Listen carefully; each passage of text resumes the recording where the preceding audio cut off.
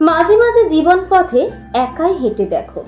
পথ অনেকটা দীর্ঘ মনে হলেও, সময় বেশি লাগলেও একটা সময় ঠিকই পৌঁছানো যাবে। একজন সঙ্গীকে নিয়ে হাঁটলে গল্প করতে করতে হাঁটতে দীর্ঘ পথ দীর্ঘ মনে হবে না ঠিকই, কিন্তু ফুসফুসের একটা কষ্ট ঠিকই অনুভব করবে। আমাদের বাস্তব জীবনে চলার পথেও এমনই হয়।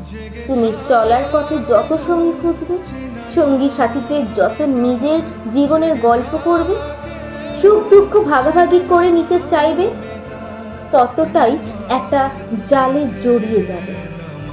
সুখ দুঃখ ভাগাভাগি কখনোই করা যায় না, উল্টে দুঃখ দ্বিগুণ হয়ে ফিরে আসে। অনুভূতিগুলো একমাত্র নিজের সাথে ঘটে যাওয়া ঘটনাগুলো অপর একজন অনুভব করে তখনই, যখন সেই রকম পরিস্থিতিতে সে নিজে পড়ে। অন্যের কাছে দুঃখের কাহিনীগুলো বা সুখের কাহিনীগুলো কেউ যেমন নিজে সুখী হতে পারে না, তেমন দুঃখীও হতে পারে না। তুমি একজনকে বিশ্বাস করে কিছু বলবে, সে আরো দুজনকে তোমার থেকেও বেশি বিশ্বাস করে তোমার কথাগুলো বলবে, আর সেটাই হবে ভবিষ্যৎ দিনে তোমার কাছে দুঃখ হয়ে ফিরে আসার কারণ। রাস্তা যত দীর্ঘ হবে, নিঃশ্বাস নিতে কষ্ট ততই বাড়বে।